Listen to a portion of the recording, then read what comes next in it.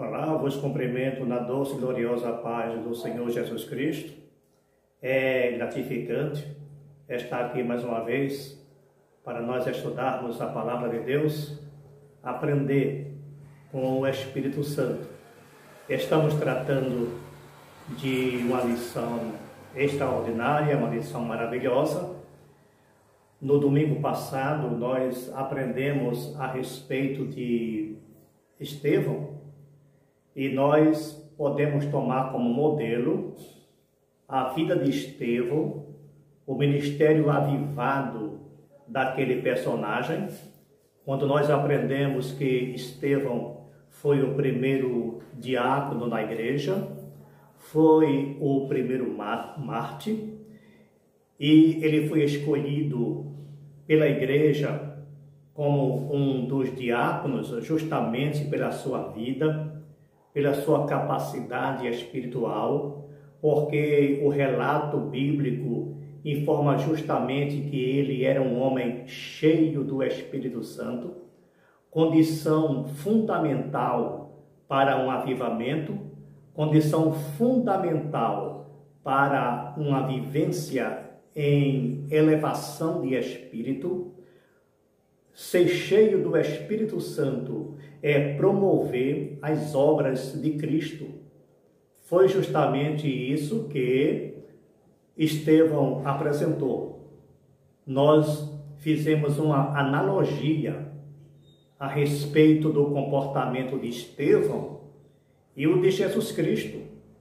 Ele pregava aquilo que ele vivia, e a Bíblia diz que ele era um homem de profundo conhecedor da palavra e era um homem sábio, condição muito especial, ser sábio e ter conhecimento, porque não vale somente ter conhecimento, é preciso que tenha sabedoria, porque a sabedoria, ela impulsiona a pessoa a utilizar bem o conhecimento com humildade.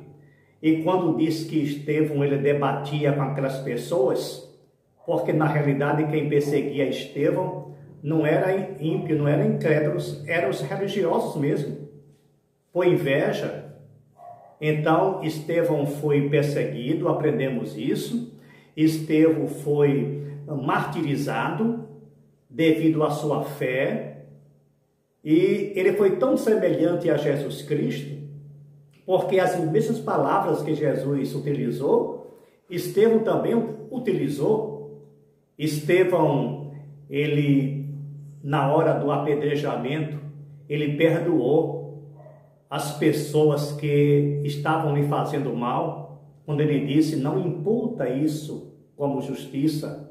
E também ele entregou a sua alma, o seu ser a Deus, a semelhança de Cristo.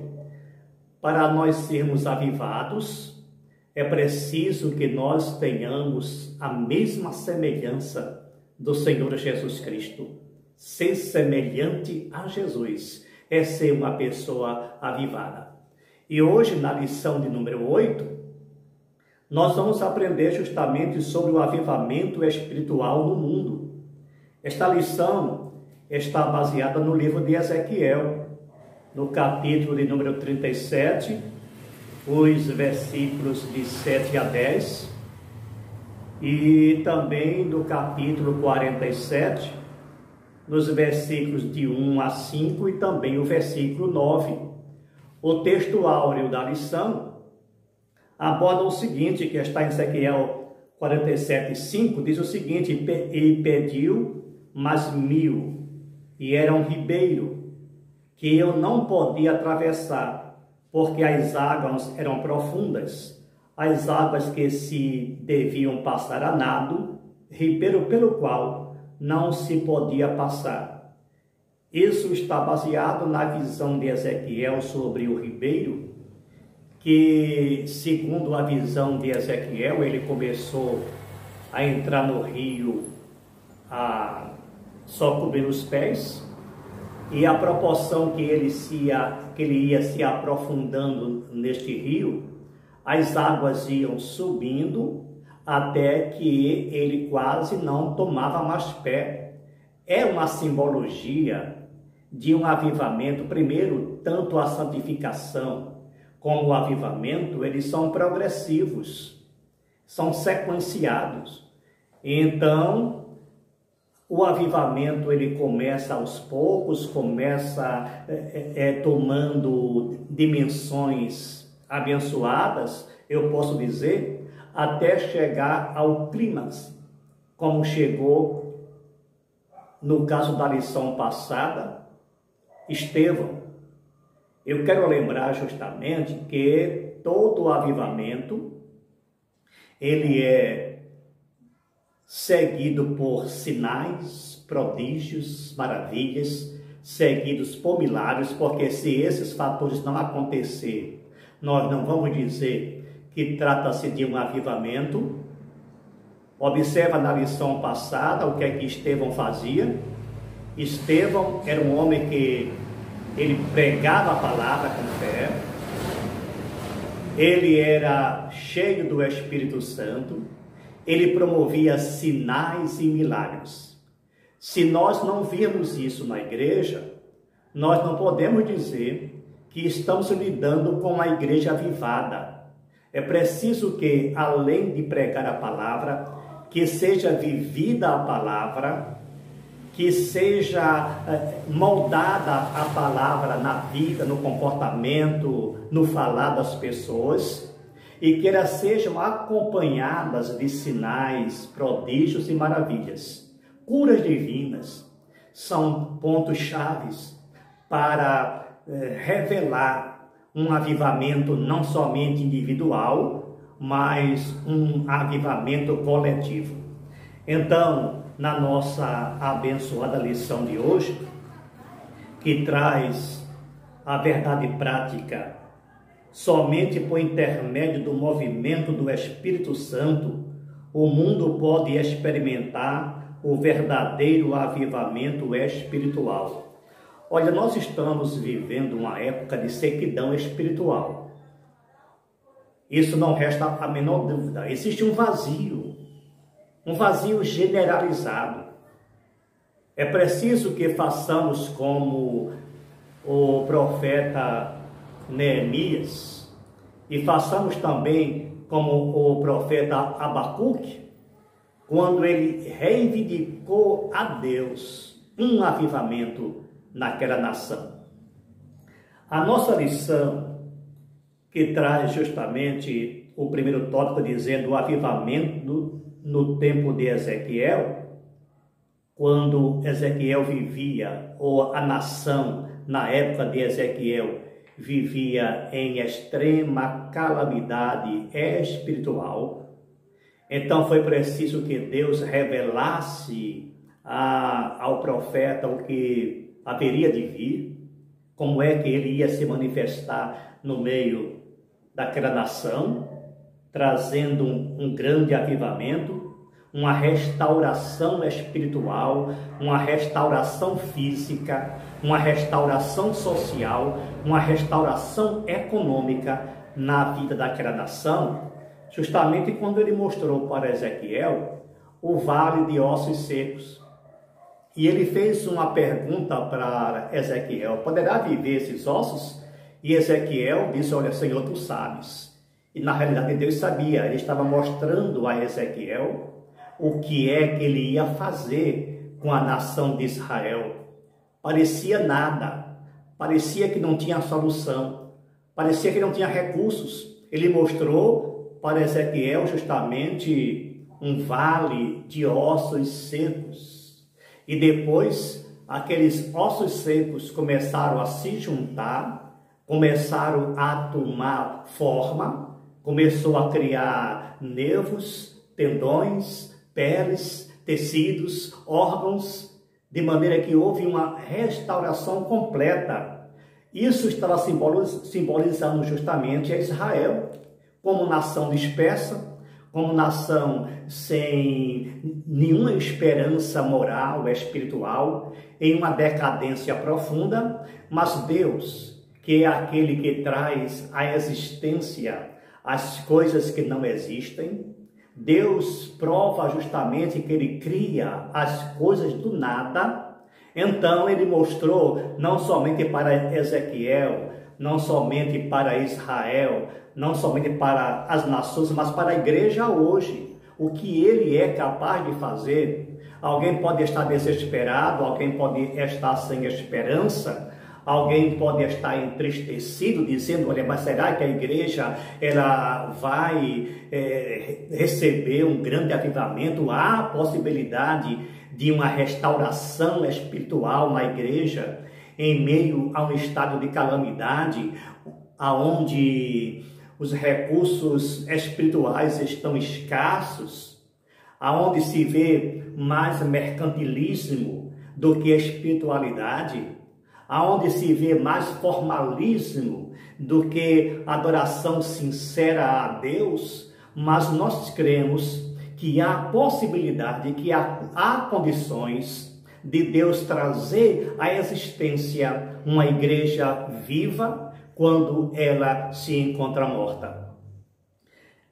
No item 3 da lição, o rio de águas purificadas, diz aqui, textualmente na lição, o capítulo 47.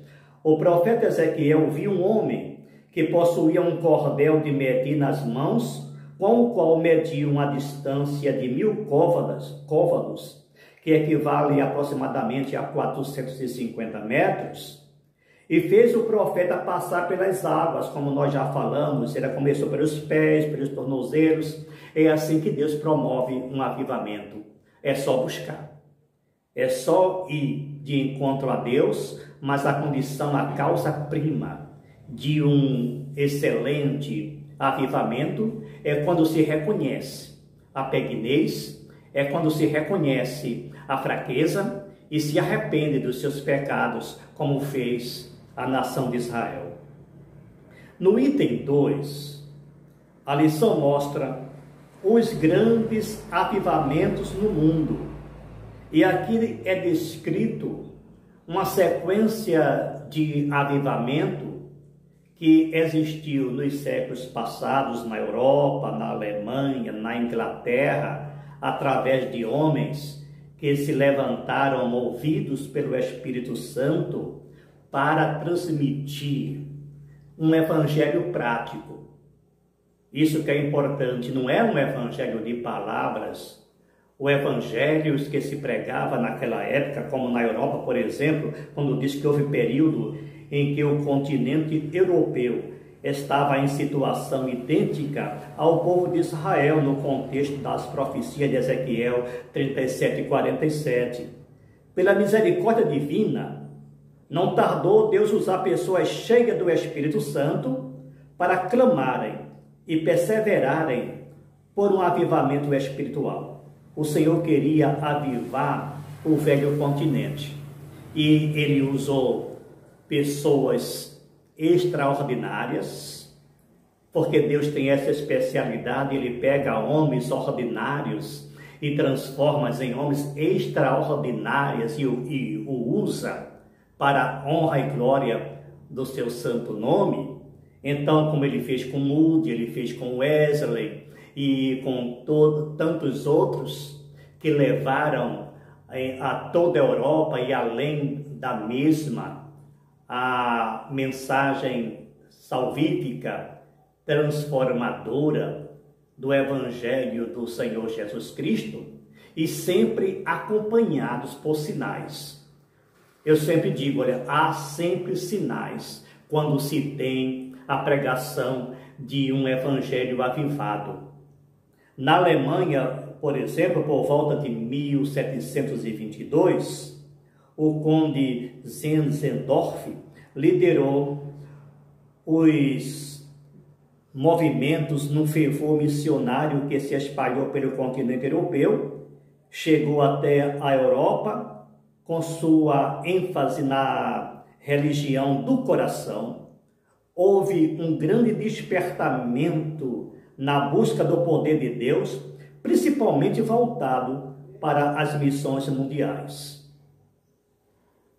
E nós fomos agraciados, nós fomos beneficiados com esse movimento na Europa, porque foi através de missionários europeus que depois de atingirem toda a Europa, a Inglaterra, foram para os Estados Unidos e até chegou ao Brasil.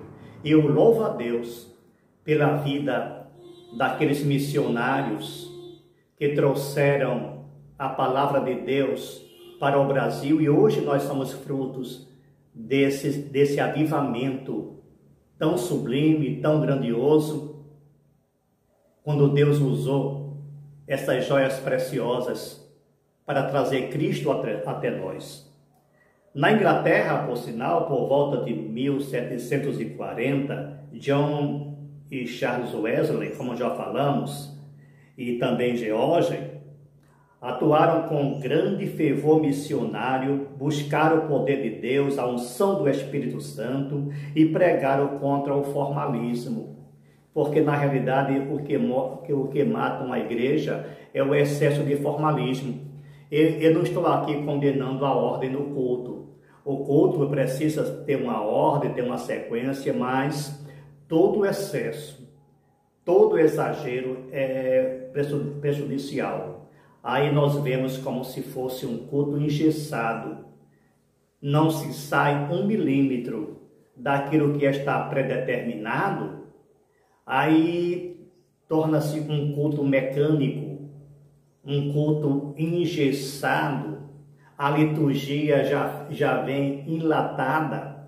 Aí, por conta disso, não há uma plena liberdade para que o Espírito Santo possa atuar dentro da igreja e na vida das pessoas. Sem exagero, como eu falei, todo excesso é prejudicial, mas é preciso que as igrejas atuais deem mais liberdade ao Espírito Santo para que haja um avivamento mais eficaz na vida do povo de Deus.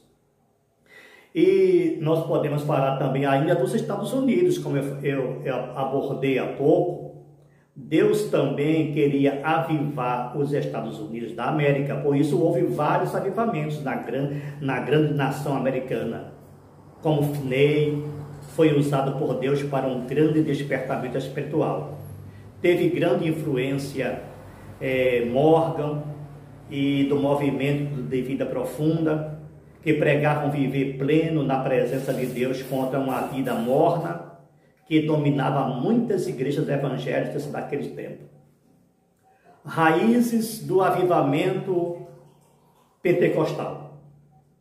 No ano de 1900, Charles Fox, obreiro leigo e pregador itinerante, resolveu fundar o chamado Movimento da Fé Apostólica, com o propósito de preparar obreiros leigos para evangelizar. Fundou o Instituto Bíblico Bethel College, na cidade de Topeka, no Kansas, Estados Unidos. Os alunos estudaram Atos 2 e, a partir desse estudo, foram batizados no Espírito Santo. A promessa de Atos alcançou a vida daqueles estudantes. Em 1901, em Houston, no Texas, o pastor negro, filho de escravo de Louisiana, chamado Joseph, pertencente a um grupo de santidade, foi atraído pelo movimento da fé apostólica. Ali foi batizado no Espírito Santo, com evidência das línguas estranhas.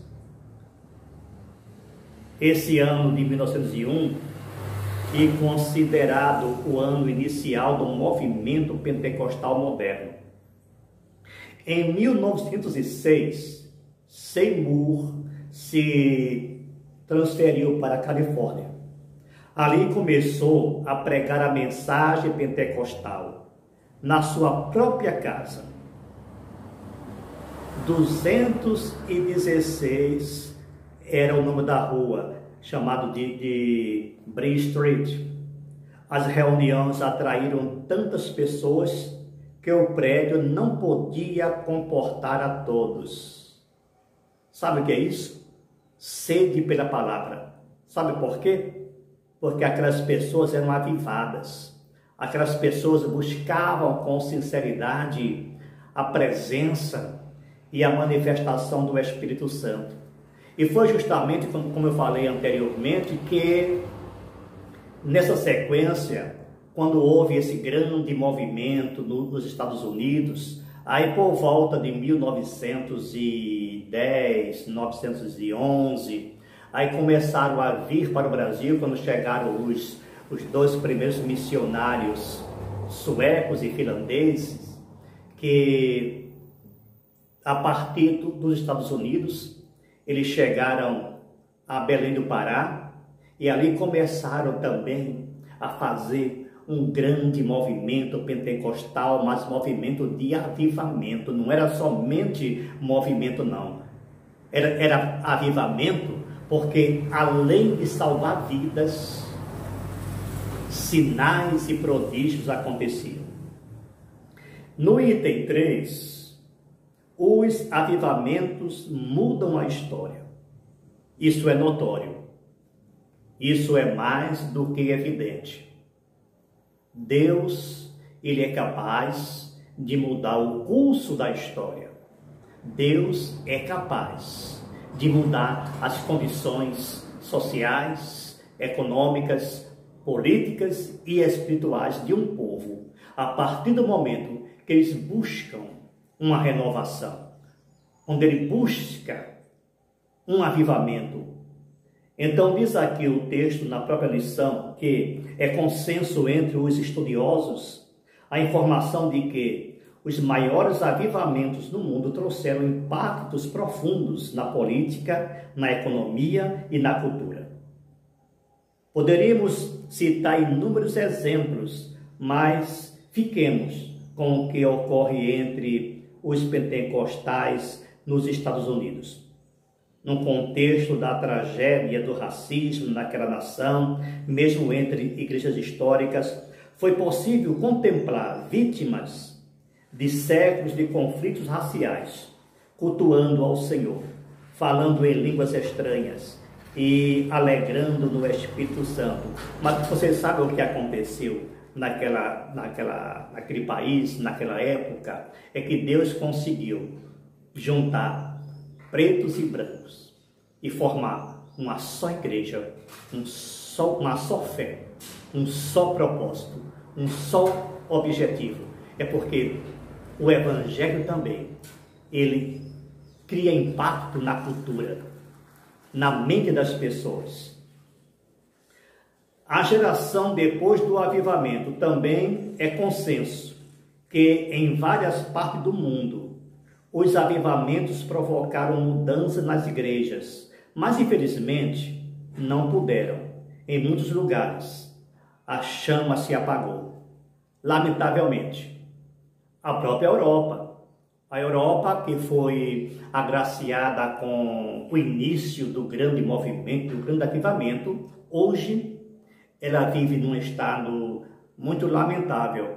Eu posso assim dizer, vou citar apenas um país chamado de Holanda. Essa nação, ela tinha 90% de sua população evangélica. Mas era uma igreja avivada. Mas à medida que o tempo passou, a igreja foi enfraquecendo e hoje nós sabemos através da mídia, através da história, que aquela nação está em lamúria espiritual.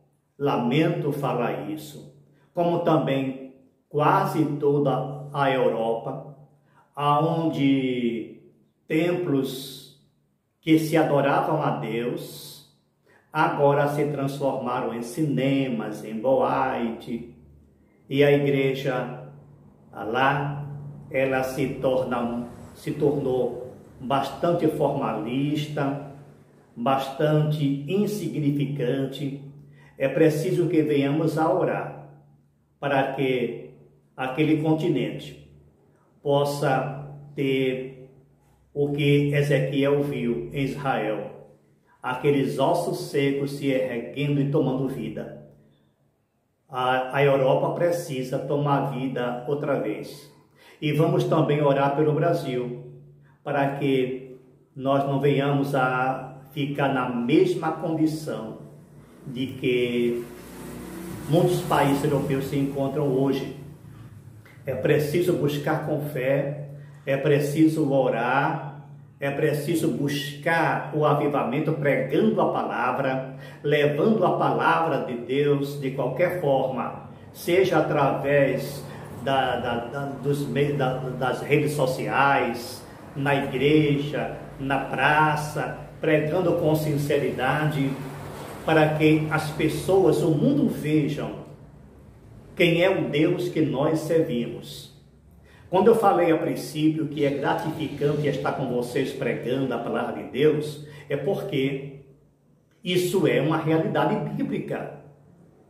Nós não podemos dizer que nós não temos meios, não temos recursos, não temos condições de pregar a palavra, não temos oportunidade, porque existe sim oportunidade de se levar a mensagem transformadora do Evangelho. Prega nas redes sociais, prega nas praças, prega nas avenidas. Você não é obrigado a ficar preso entre quatro paredes dentro de um templo. É preciso que a igreja ela possa sair além das quatro paredes e alcançar as pessoas que estão fora dela. Isso nós chamamos de avivamento. Avivamento é isso. Avivamento não consiste em rito, não consiste em liturgias, mas consiste em manifestação da presença de Deus na vida das pessoas. Que seja para você, prezado irmão, dileto amigo, um estímulo para que você também faça o mesmo. Vamos fazer um movimento, não o que a gente chama daqueles movimentos que só fazem barulhos e não tem efeito. É preciso que venhamos a fazer um movimento que mexa com o coração das pessoas. Não é só uma emoção, é mexer com o entendimento, é mexer com o intelecto, é mexer com o ser como um todo. E isso só é possível quando nós recorremos aos céus. É o Espírito Santo quem promove essas coisas, amém? Que Deus vos abençoe e que o Espírito Santo possa ser uma constante, um guia, um norteador na sua vida, para que você possa ser um crente avivado, que consequentemente torne uma igreja avivada, amém? Não se esqueça de deixar seu comentário, de dar o seu like, de compartilhar esse vídeo, para que mais pessoas possam ser agraciadas com a palavra de Deus. Amém?